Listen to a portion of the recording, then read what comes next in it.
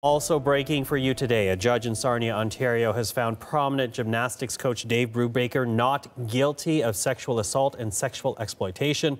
Brubaker is the former head of Canada's national team. He was accused last year by a woman who says the assaults began when she was only 12 years old. The CBC's Devin Haru is covering the trial, joins us right now from Sarnia. Devin, good to have you on the program. You've been covering this from the get-go, and we have to point out that there has been a publication ban put in place regarding this case. But with that ban in mind, what can you tell us about the background to this case and to the judge's decision here?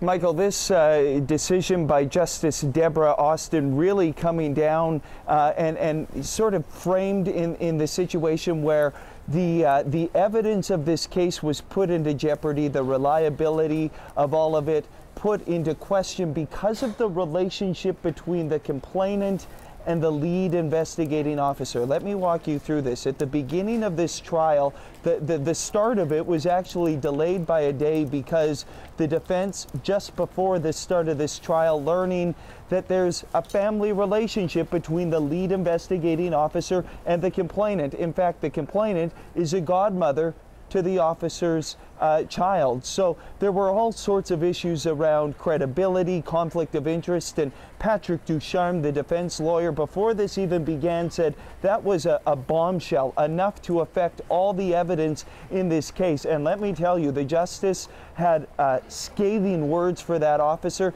saying she wasn't criticizing the complainant, that the complainant did everything she could in this case, that she was sincere in her testimony, but it was the officer that blurred the lines between professionalism and personal vendettas that clouded everything, making the decision and of course acquitting Dave Brubaker of these charges. There was applause, Michael, on one side of the courtroom.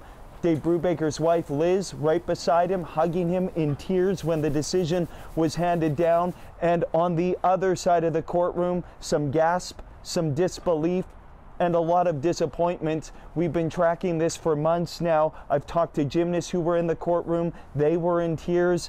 The complainant was also there. She stormed out of the courtroom when the decision was handed down. Mixed emotion, high intensity, Michael, and of course Brubaker acquitted of both of those sexual-related charges.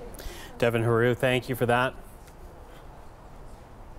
And that is Devin Haru in Sarnia, Ontario.